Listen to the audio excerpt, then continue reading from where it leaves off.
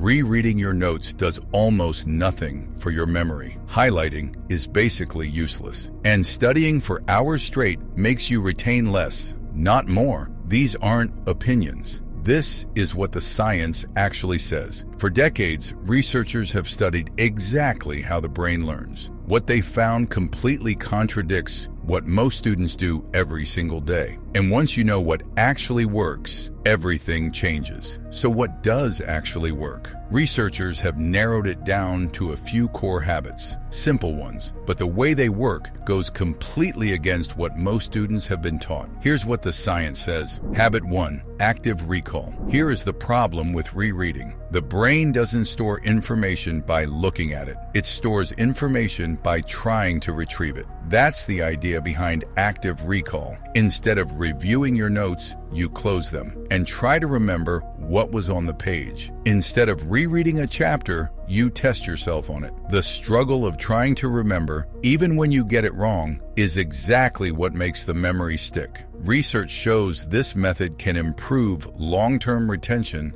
by up to 50% compared to passive review. Flashcards work. Practice tests work. Writing down everything you remember from a topic without looking works. Rereading does not. Habit 2, spaced repetition.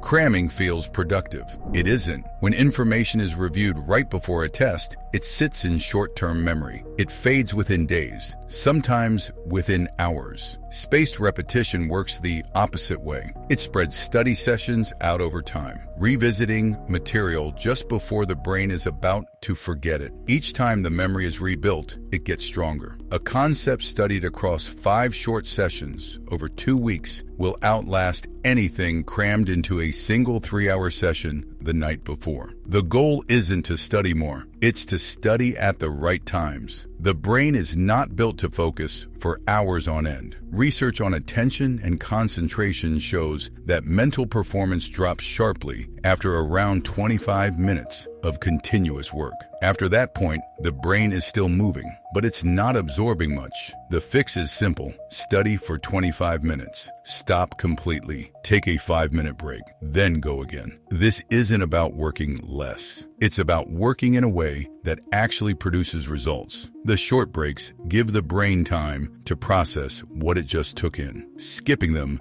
doesn't make the session more productive. It makes everything after the first hour nearly useless. 3 habits. Active recall, spaced repetition, timed focus blocks, each one backed by research, each one ignored by most students. Most people hear this and think, okay, that makes sense. Then they go back to highlighting their notes and rereading the same page 4 times, because knowing something and actually doing it are 2 completely different things. That's the real problem with studying.